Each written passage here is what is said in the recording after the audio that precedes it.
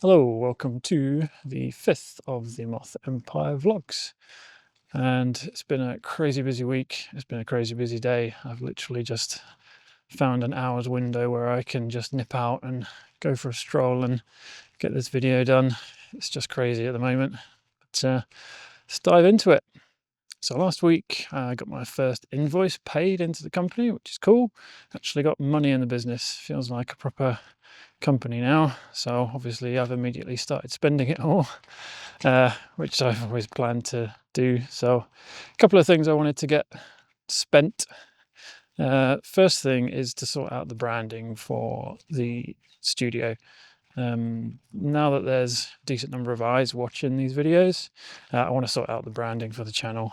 I put a message out on the WhatsApp for the co-working space because there's quite a few creatives in there, and got a few contacts and have had meetings yesterday with a few people to sort of see what they can offer and get an idea of pricing and whatnot. And yeah, looks like with my budget I can get something done. Got a few options, so I'm hoping to get the ball rolling on that as soon as possible, really, so I can tidy up the visuals on the channel.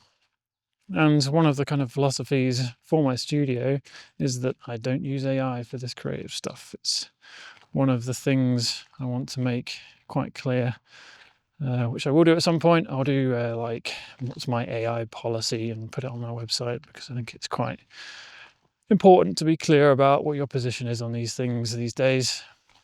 But I want to make sure I'm supporting creatives, and by that I mean humans, not AI models. So yeah, it'll be cool to work with some local creatives in the co-working space in Notts and support local businesses.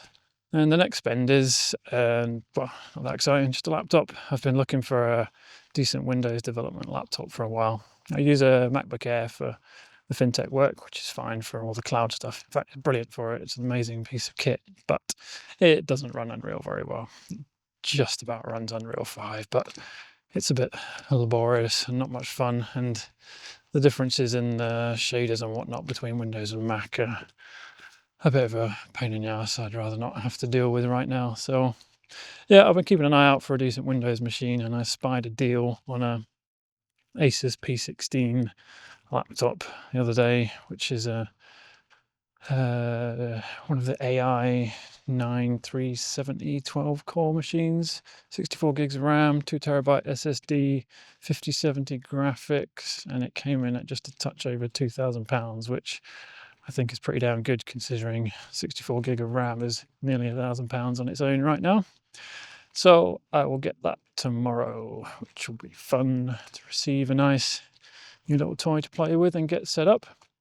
But that'll mean that I can now work on the game when I go and work in the co-working spaces, because previously I would have to remote back to my workstation at home, which kind of worked, but doing game dev through remote desktop sessions just sucks.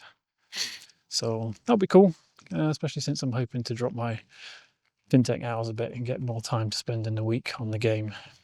So before I get on to looking at the current build of the game, just thought I'd mention a bit about the development process. So I've been using Claude Code for quite a long time for the programming side of things, and this week I was doing some work on materials, graphics programming essentially, which is not my area of expertise, so it's all kind of new to me. And I was using Claude to help write a shader, and there was a lot of copy pasting going on, and it was a bit laborious. So I thought, why don't I just try and streamline this a little bit? So I ended up writing my own MCP server, in fact 2 MCP servers. I've made one kind of generic one called Moth MCP, which does a couple of things. First is it presents a tool to the LLM which lets it take a screenshot of the editor so it can see what you're doing. And the second one is basically a bridge to the Unreal Engine editor Python API. So essentially Claude, or any LLM that's using the MCP, can now do anything that the Unreal Python API can do, including create objects, manipulate material graphs and nodes and set properties, and generally inspect what's going on in your scene. So now, rather than having to copy and paste code in between Claude and Unreal, I can actually just ask it to do stuff for me directly. I did kind of experiment with Claude generating code which I could copy and paste into the blueprint editor, because you can copy and paste stuff. It's just text format in the clipboard, but I wasn't actually very good at writing that code, but it is very good at interacting with Python API, and it's super powerful.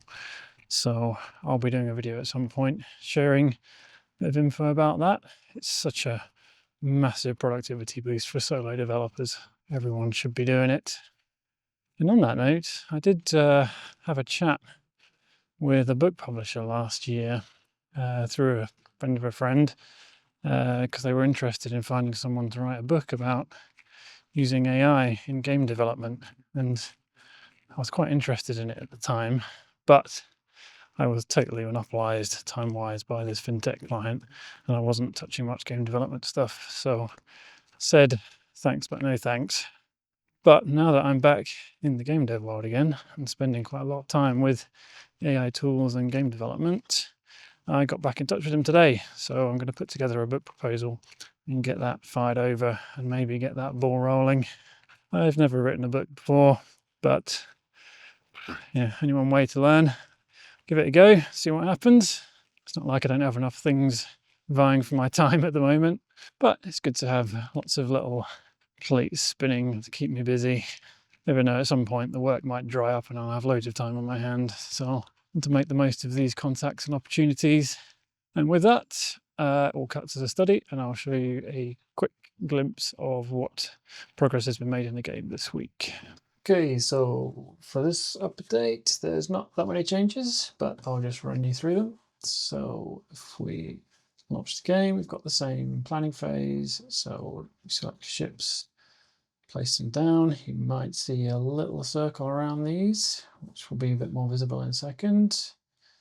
So now you have the planning, initiate the jump, and warp, and then we get to the alert phase, and now you get highlighted on the grid where the incoming threats are going to be, and you have the opportunity to move your ships around. So right now it doesn't mean that much because I haven't implemented the targeting changes, so that each ship has like a fixed number of grid cells range that it can attack or be attacked from. So this will be more meaningful when I implement that. But right now, so you can move the ships around and adjust your formation to the incoming threat. So maybe you want to try and gang up on one particular incoming threat, or if you've got a damaged ship, you want to move it out of the way so it doesn't take so much damage.